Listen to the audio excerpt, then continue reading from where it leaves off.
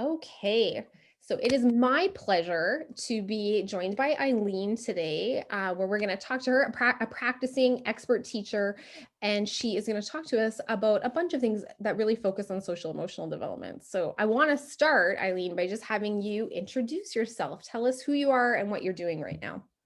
Well, thank you, Amber, for this opportunity. I'm very, very excited. Hello, SFSU superstars.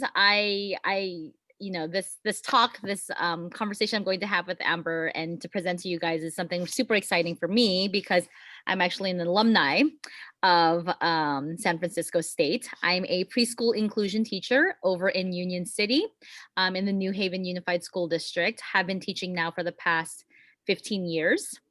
I did take the early childhood. I have my master's degree and teaching credential in early childhood special ed. So it's something I'm very, very passionate about. And I always say that at my back to school nights or my any of my open houses with my parents that I'm probably going to die a preschool teacher as long as I can physically handle it. But yeah, one of my biggest passions that I really want to instill in you guys, especially since you guys are out in the field or you're going to be going out into the field, is because you guys are going to be the first foray for a lot of our students going into education. You are going to be setting that foundation, is the importance of really laying down a really good framework and a really great foundation for social emotional learning.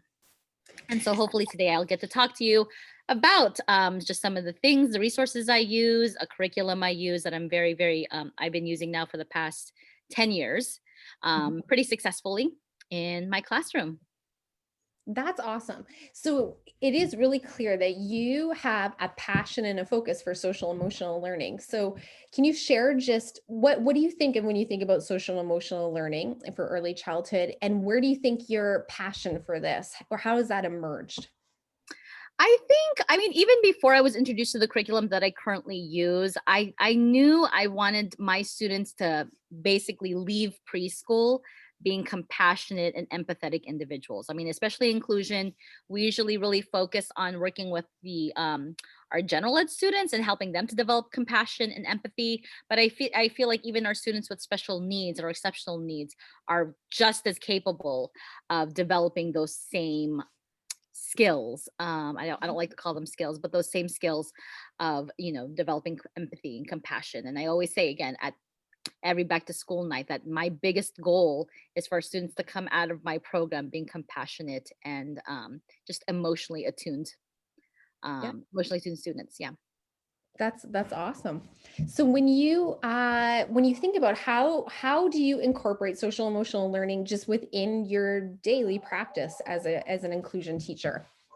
I think the first thing that I do, and I think, and I always, I when I do these trainings, when I do this curriculum training on kimochis, which I'll talk to you guys a little bit more about, um, is I really hone in on first getting my students to understand, or getting my teachers to understand that we're going to have to recalibrate the brain, Mhm. right? There's sort of this negative stigma against people's perceptions of like those hard to have feelings like sad and mad and disappointed. And so recalibrating our brains. One of the biggest tenets we teach in the curriculum I use is that all feelings are okay. It's just all behaviors are not okay. And so Right. we're learning to teach our students to, be okay with whatever feeling that they have because they're completely valid. It's just what you do with it that's not okay. Right.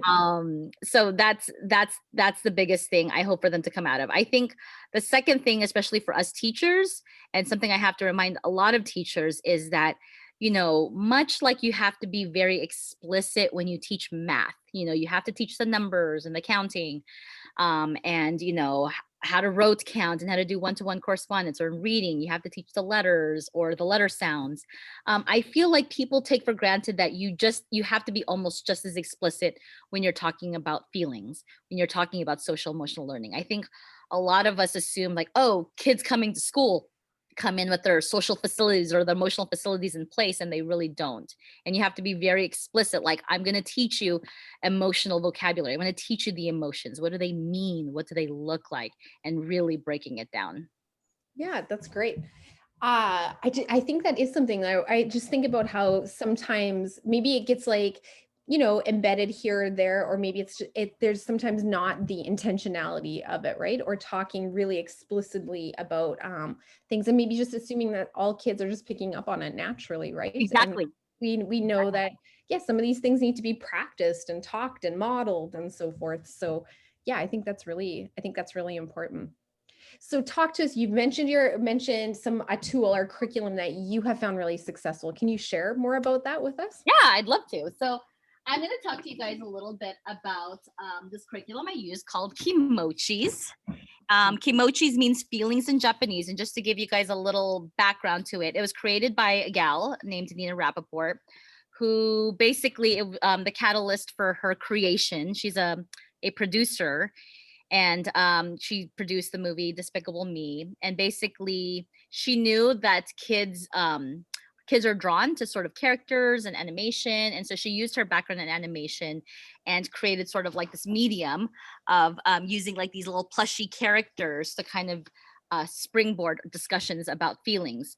And so again, the catalyst for her starting up this program is the Columbine incident, the Columbine shooting, where she just couldn't fathom a world where kids were going into schools in with feelings in their bodies and channeling in such aggressive and violent ways. And so she worked in tandem with my mentor, Ellen Dodge, who's a speech and language pathologist. And they basically kind of created a curriculum off of these characters to teach students very explicitly how to talk about feelings and how to manage those feelings. And then like the curriculum itself comes with these five core characters, which are a nice medium again for students to use, especially when you're in early childhood. You want to make sure things are tangible and kids can touch. I mean, I think the one complaint I have about maybe other curricula that's out there is that it can be two dimensional. And if you know, when you're in early childhood, kids need to manipulate, kids need to touch. Yeah, for sure.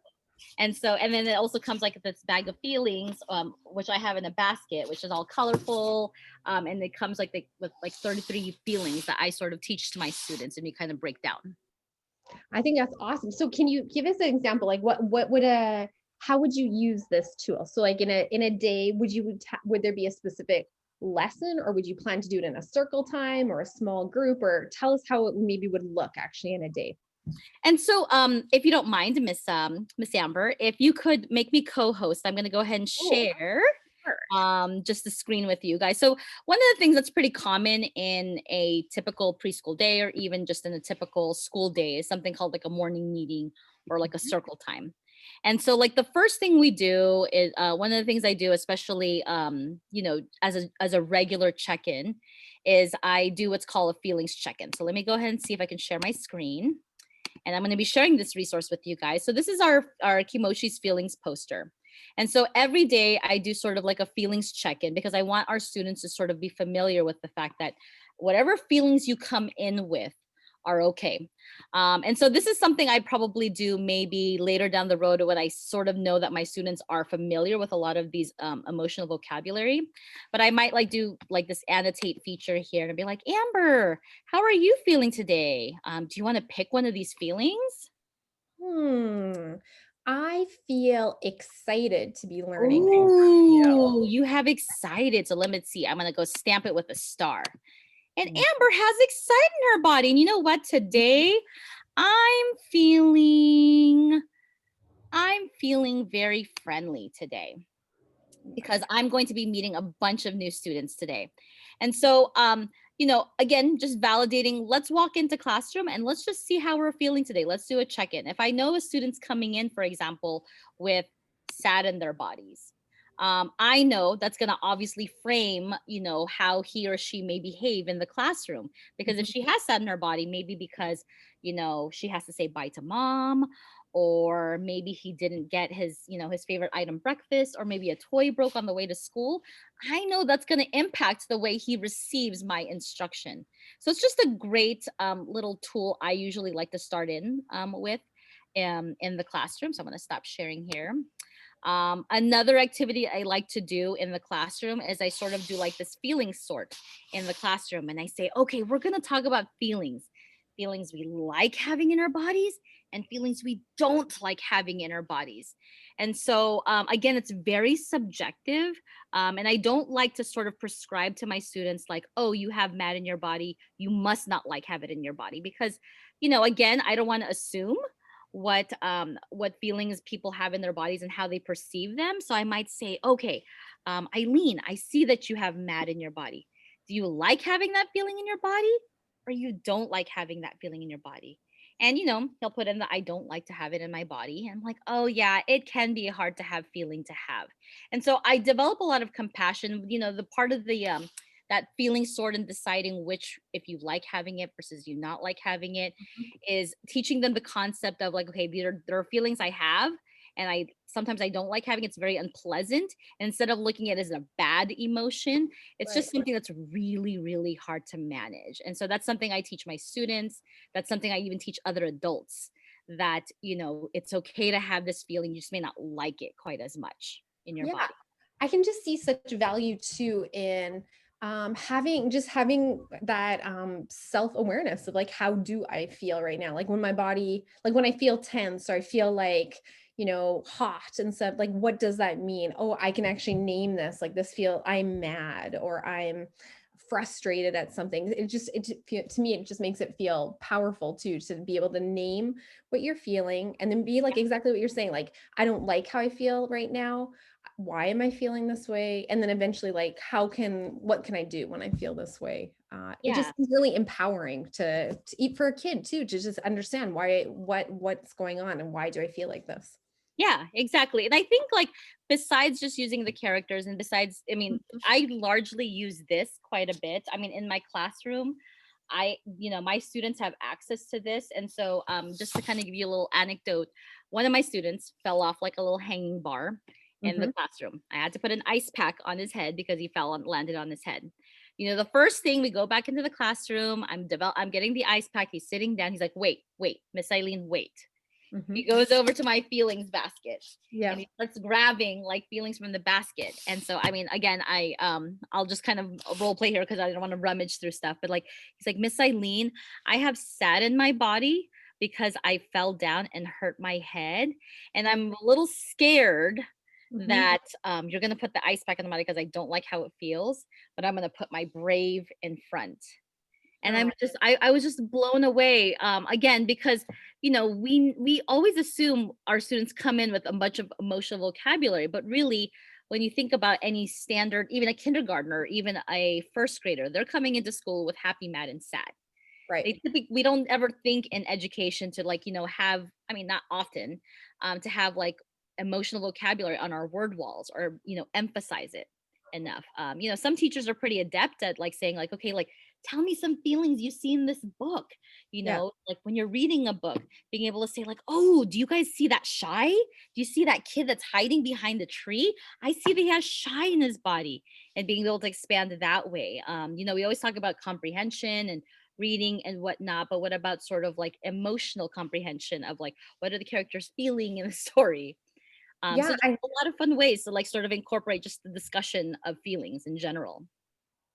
it feels that's such a powerful antidote too, because I think about how so many kids maybe act out or have behaviors that are challenging, and the function often is like they don't know how to express themselves or they don't know why they're feeling. So to be able to have such a tangible way for him to say, like, instead of like throwing a fit when you put an ice pack on, that he actually has the vocabulary to say, I'm scared and I don't like how that feels, but I'm going to try and be brave. Like, that just seems so empowering for a kid to be able to express what they're going with, and it could just alleviate like so much behavior, right? Because now they can Oh my actually god. express, this is how I feel, so that they can tell you like, no, I don't like that, or this makes me feel scared, or I am hurt, or so forth. So it just feels very And important. one thing I really appreciate about sort of like where I think the trend is moving now in education is, social emotional learning isn't this trend or isn't this fad. It's something that's a necessity that we need to address in our classrooms. I'm happy to say that I'm at least part of that movement. Whereas when I first started, it was just something extra we did as a bonus. If we have time, we will do it. Yeah. But I feel like now there's been a real shift in education to really really incorporate this in our teaching. And as you said, I mean, why does social emotional learning, or the instruction of SEL, become so salient to us? It's because we want to lessen the number of principal referrals. We want to see that less of that gender gap in sort of the Right. referrals to the principal's office. Because I mean, I think one of the things we really try to do, especially with the Kimochi's curriculum, is dispel that stereotype of boys will be boys, and they shouldn't wear their hearts on their sleeves, or they shouldn't be talking about their feelings. One alarming statistic I think I came across in research was that boys by second grade have 50% fewer feeling words than girls. And so you can see how there's just a lot of ramifications there if we don't give our boys and girls, because I mean, even girls, we always say, oh, okay, yes, you can definitely talk about your emotions, but hone in on that anger, hone in on that disappointment, because you still have to be ladylike. Right. And so really just giving both girls and boys equal access to emotional vocabulary, so that they have sort of a means to express themselves and not keep that in. How would you say, Eileen, so when you use a curriculum or a strategy like this, what has been successful in partnering with families to show them this tool, or maybe help them generalize the use of feelings vocabulary in their own home or community? What's been successful with kind of sharing with families? So there's been a couple of things I've done sort of in my 10 years using the curriculum. So one thing I used to always do every year when we did do in person is I would always do a parent workshop. And there's a very simple, like 1 hour, 90-minute workshop that I did with my families. It was always a very popular one. Mhm. Again, the one thing you kind of realize when you do these workshops with parents even is you definitely don't want to assume what parents come in with in terms of their understanding of their own emotions. Right. um there's just a lot of assumptions, and there's a lot of pressure we put on parents, like they need to do everything, and they need to teach their kids SEL. But even they themselves have their limitations when it comes to their awareness of their what's that in on Castle, their own emotional awareness. Right.